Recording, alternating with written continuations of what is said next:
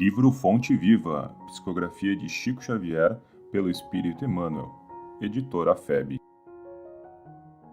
Capítulo 91. Problemas do amor. Que vosso amor cresça cada vez mais no pleno conhecimento e em todo o discernimento. Carta de Paulo aos Filipenses, capítulo 1, versículo 9. O amor é a força divina do universo. É imprescindível, porém, muita vigilância para que não a desviemos na justa aplicação. Quando um homem se devota de maneira absoluta aos seus cofres perecíveis, essa energia no coração dele denomina-se avareza. Quando se atormenta de modo exclusivo pela defesa do que possui, julgando-se o centro da vida no lugar em que se encontra, essa mesma força converte-se nele em egoísmo. Quando só vê motivos para louvar o que representa, o que sente e o que faz, com manifesto desrespeito pelos valores alheios, o sentimento que predomina em sua órbita chama-se inveja. Paulo, escrevendo à amorosa comunidade filipense, formula indicação de elevado alcance. Assegura que o amor deve crescer cada vez mais no conhecimento e no discernimento, a fim de que o aprendiz possa aprovar as coisas que são excelentes. Instruamo-nos, pois, para conhecer. Eduquemo-nos para discernir. Cultura intelectual e aprimoramento moral são imperativos da vida, possibilitando-nos a manifestação do amor no império da sublimação que nos aproxima de Deus. Atendamos ao conselho apostólico e cresçamos em valores espirituais para a eternidade, porque muitas vezes o nosso amor é simplesmente querer e tão somente com o querer é possível desfigurar impensadamente os mais belos quadros da vida. Livro Fonte Viva, psicografia de Chico Xavier, pelo Espírito Emmanuel, editora FEB. Capítulo 92. Demonstrações do céu. Disseram-lhe, pois, que sinal fazes tu para que o vejamos e creiamos em ti? Evangelista João, capítulo 6, versículo 30. Em todos os tempos, quando alguém na terra se refere às coisas do céu, verdadeira multidão de indagadores se adianta, pedindo demonstrações objetivas das verdades anunciadas. Assim é que os médiuns modernos são constantemente assediados pelas exigências de quantos se colocam à procura da vida espiritual. Esse é evidente e deve dar provas daquilo que identifica. Aquele escreve em condições supranormais e é constrangido a fornecer testemunho das fontes de sua inspiração. Aquele outro materializa os desencarnados e, por isso, é convocado ao teste público. Todavia, muita gente se esquece de que todas as criaturas do Senhor exteriorizam os sinais que lhes dizem respeito. O mineral é reconhecido pela utilidade. A árvore é selecionada pelos frutos. O firmamento espalha mensagens de luz. A água dá notícias do seu trabalho incessante. O ar esparge informações, sem palavras, do seu poder na manutenção da vida. E entre os homens prevalecem os mesmos imperativos. Cada irmão de luta é examinado pelas suas características. O tolo dá-se a conhecer pelas puerilidades. O entendido revela mostras de prudência.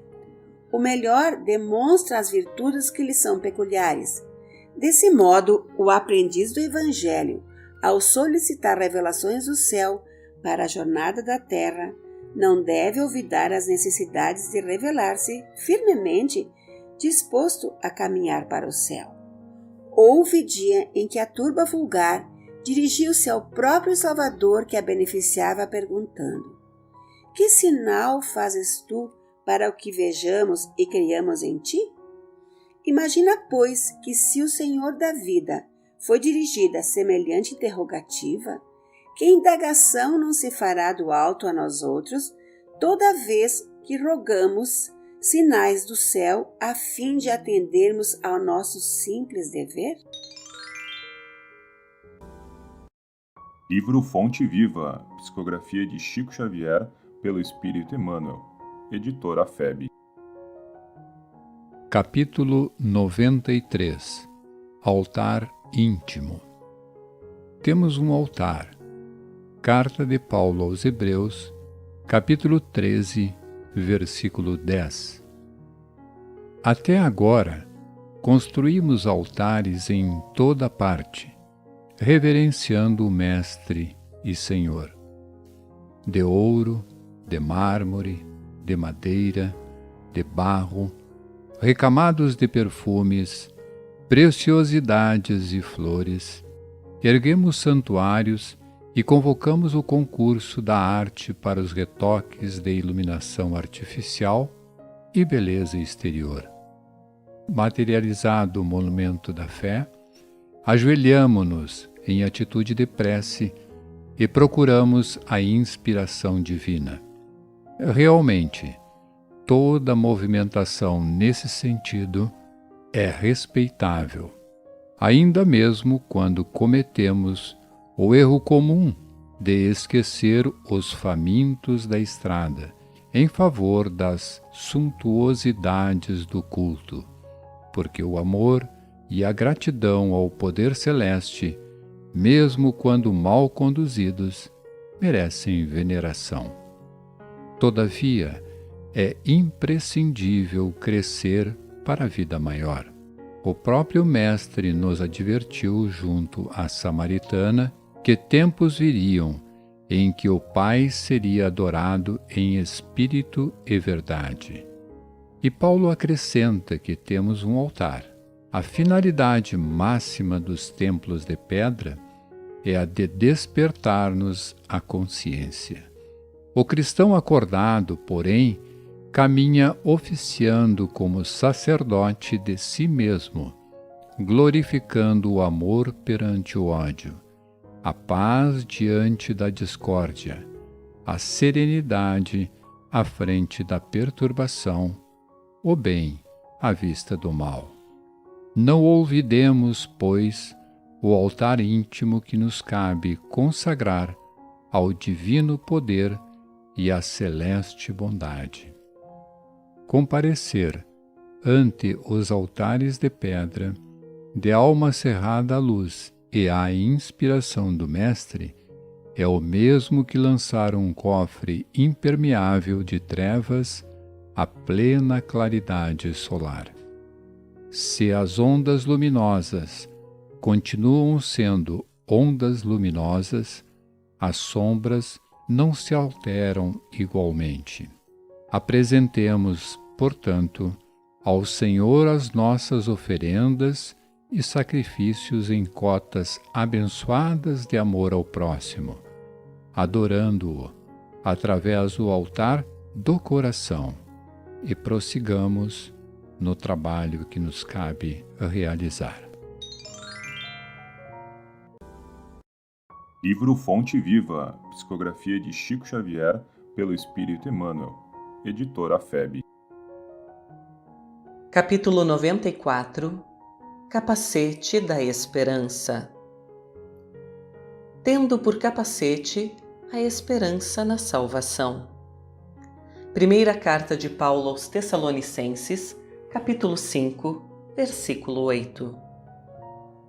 O capacete é a defesa da cabeça em que a vida situa a sede de manifestação do pensamento, e Paulo não podia lembrar outro símbolo mais adequado à vestidura do cérebro cristão, além do capacete da esperança na salvação.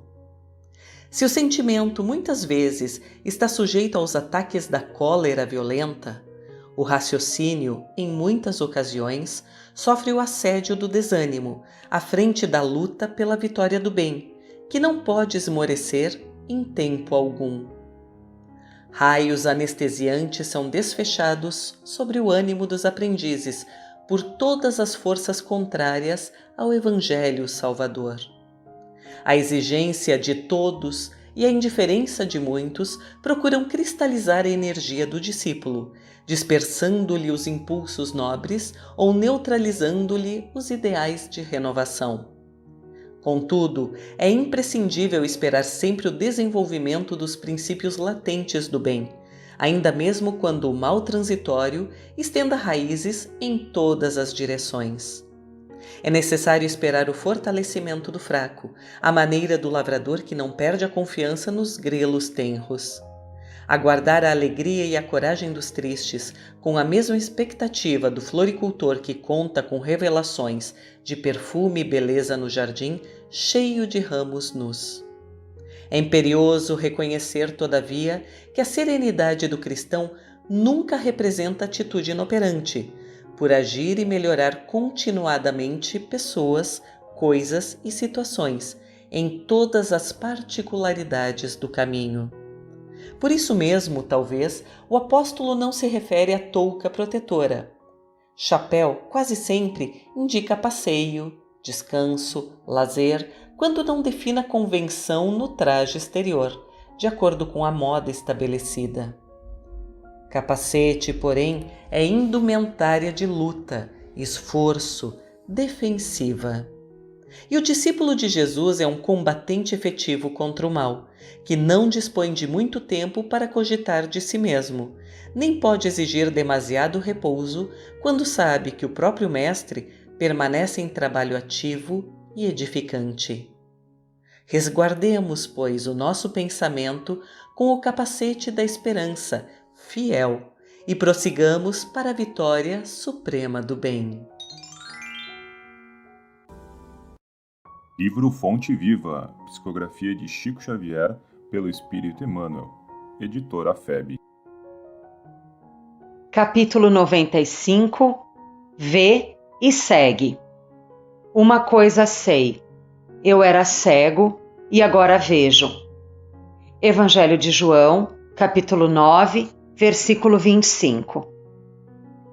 Apesar de o trabalho renovador do Evangelho, nos círculos da consolação e da pregação, desdobrar-se diante das massas, semeando milagres de reconforto na alma do povo, o serviço sutil e quase desconhecido do aproveitamento da Boa Nova é sempre individual e intransferível. Os aprendizes da vida cristã, na atividade vulgar do caminho, desfrutam do conceito de normalidade, mas, se não gozam de vantagens observáveis no imediatismo da experiência humana, quais sejam as da consolação, do estímulo ou da prosperidade material, de maneira a agravarem o ensinamento vivo de Jesus nas próprias vidas, passam à categoria de pessoas estranhas, muita vez ante os próprios companheiros de ministério.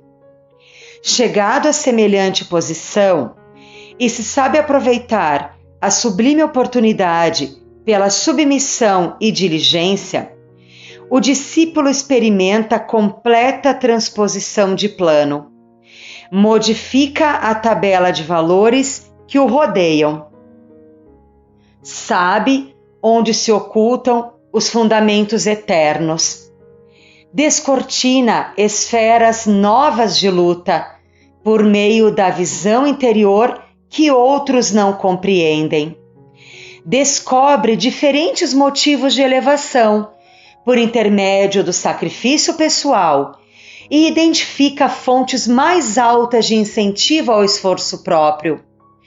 Em vista disso, frequentemente provoca discussões acesas com respeito à atitude que adota à frente de Jesus.